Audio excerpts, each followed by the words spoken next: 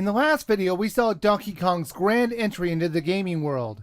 This time we're going to see his son try his hand at it, and I have to say, it's pretty fun. The game is about Donkey Kong Jr., who's trying to get his father back from the evil Mario. This is the only game in which Mario was the bad guy, and I kind of like that. It was a nice twist. The only thing that I don't get is where is this place that Donkey Kong Jr. is trying to save his father from? In the first game, it was a construction site. But I have no idea what this could be. Some zoo exhibit or a jungle? Donkey Kong Jr. can climb the vines around him and jump to various platforms. There were some little things that I really liked, where Jr. can move up faster up the vines if he's holding one in each hand, or the way the levels are not just designed as simple as possible, but you actually have to put some thought into your jumps and your vine climbs. In the first level, you have to mostly just climb up vines and avoid enemies that Mario is unleashing on you. Whoa! Whipping poor animals. Wow, Mario, when you turn evil, you sure don't go halfway.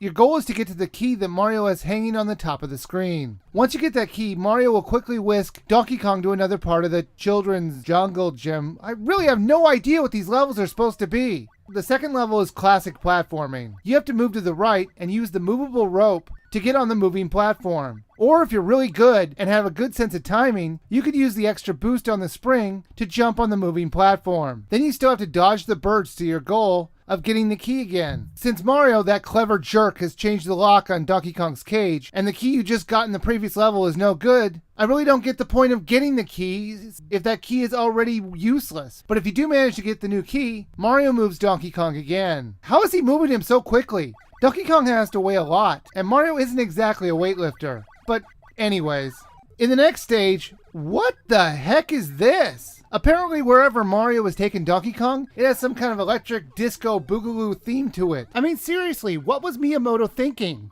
I'm just trying to picture him in a meeting going, I have an idea for level 3. We're going to scrap the whole jungle theme for one level and have a futuristic electric world. It'll blend in perfectly if you ignore any sense of logic or reason, but trust me, it's gonna be awesome. Okay, I seriously doubt Miyamoto ever said the word awesome, but it still is very weird to have this in this game. Donkey Kong Jr. has to avoid the electrical charges while he makes his way back and forth through the level to eventually get to the top. This level seems totally out of place for the game and feels like they totally ran out of ideas. In the final world, Mario has constructed the most complex and overly extravagant lock. Donkey Kong Jr. has to push up the keys to the locks above to free Donkey Kong from Mario's evil clutches. Oh, and by the way, Mario, the idea to keep the keys right below the locks? Classic villain mistake. But since you're a newbie at this, I'm gonna give you a pass. After you get all the keys, Donkey Kong is saved, and Mario falls to the ground below. Then the game repeats. I really enjoyed this game.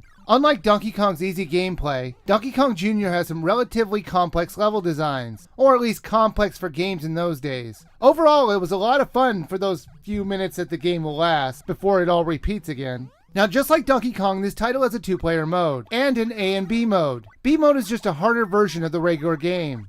I think the original Donkey Kong might be the most famous of all the Donkey Kong games, but I think Donkey Kong Jr. might be the best Donkey Kong game that the NES had to offer. Oops, I think I may have just tipped my hand on the next 2 entries in the Donkey Kong saga. Oh well. In the next part, it's time to combine everyone's favorite thing, Donkey Kong Jr. and math. No, I'm not kidding. This game actually exists. A math-based Donkey Kong game. I know what you're thinking. How could that be bad? Oh ho ho ho ho. Just wait and see. Because up next is Donkey Kong Jr. Math. See you next time.